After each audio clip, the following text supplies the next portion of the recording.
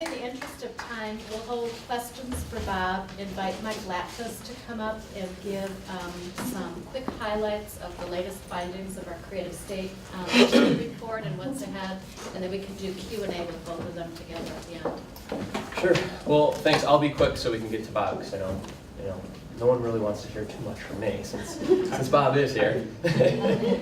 But I can really, I guess, testify to the hard work that American City Arts does at the federal level and state level. Right now I'm chair of the State Arts Action Network, which is basically all of the ArtServes throughout the country.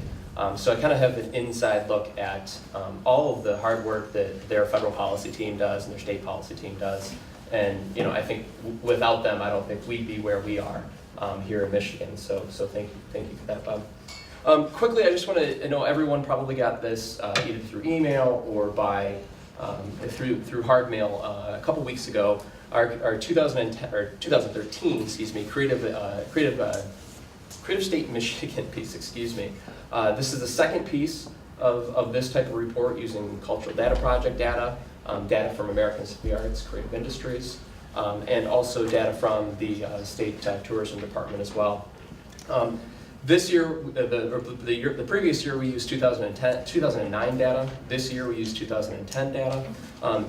One of the main takeaways from this piece from this year, and that's kind of continuing from last year, is the incredible economic impact that our organizations have. Last year we were just under $500 million in terms of the impact that we have. This year, as we're able to continue to add more organizations into the Cultural Data Project, we're able to bump that number up to about $553 million, so over $500 million in economic expenditures. And the great piece about that is we're also able to not just look at the Cultural Data Project data, but as I mentioned, data that American City Arts provides with their creative industries reports. We're able to see that in just 5 years, from 2006 to 2011, the number of arts-related businesses increased by 65% in Michigan, and the number of arts-related jobs increased by 15%. So that's an incredible growth just over the past 5 years. If we look from 2010 to 2011 alone, we see that the number of jobs increased by 11%, and the number of businesses increased by 16%. So just in a year, we can see the incredible growth rate of arts and cultural businesses in the state. And it, being able to view this growth and look at the impact that we have is really making a difference when Jennifer and I are in Lansing, because we're able to say, well, why are we going to cut programming for arts education when we're looking at the growth of the businesses here?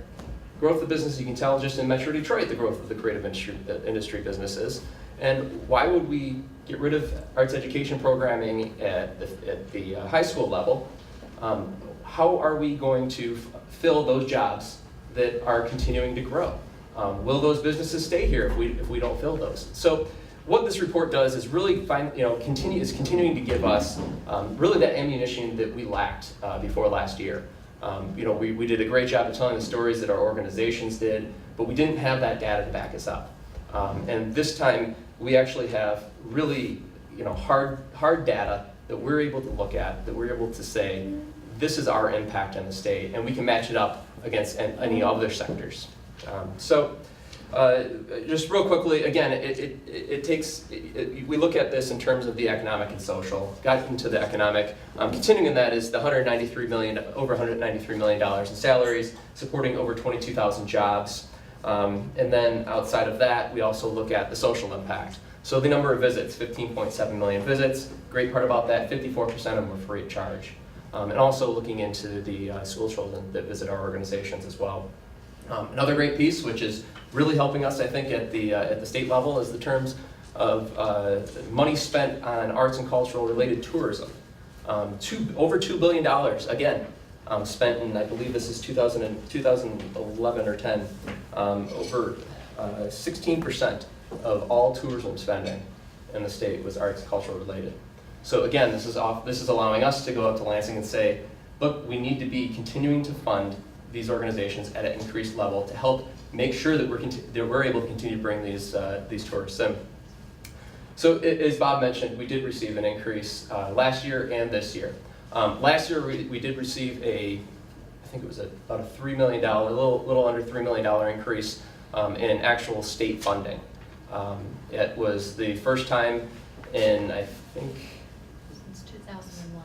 since 2001, it's kind of fluctuated a little bit, that we actually received an increase. We were one of 4 states last year to receive an increase in State Arts Council funding. So we knew we were doing something right when we came out with our first Creative State Michigan piece, when we were able to get that increase. This year we saw a smaller increase, and it's a little confusing.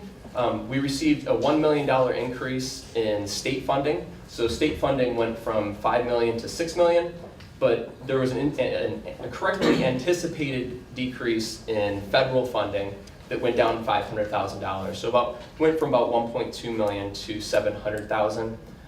So on paper it looks like we're getting $1 million increase, but we're actually getting only a $500,000 increase. We're going to continue to take this report up to Lansing. We're going to be testifying next Tuesday in front of the Senate Appropriations Subcommittee, and we're going to be pushing for a $10 million increase this year. Or I'm sorry, a total budget of $10 million for this year. We'll take 10 million. Yeah. And then continued investment to bring us back up to 25 million, where we were kind of at our peak in 2001, 2002. I think that's pretty much my update for the budget, and I know everyone probably has a number of questions for Bob, as I do as well.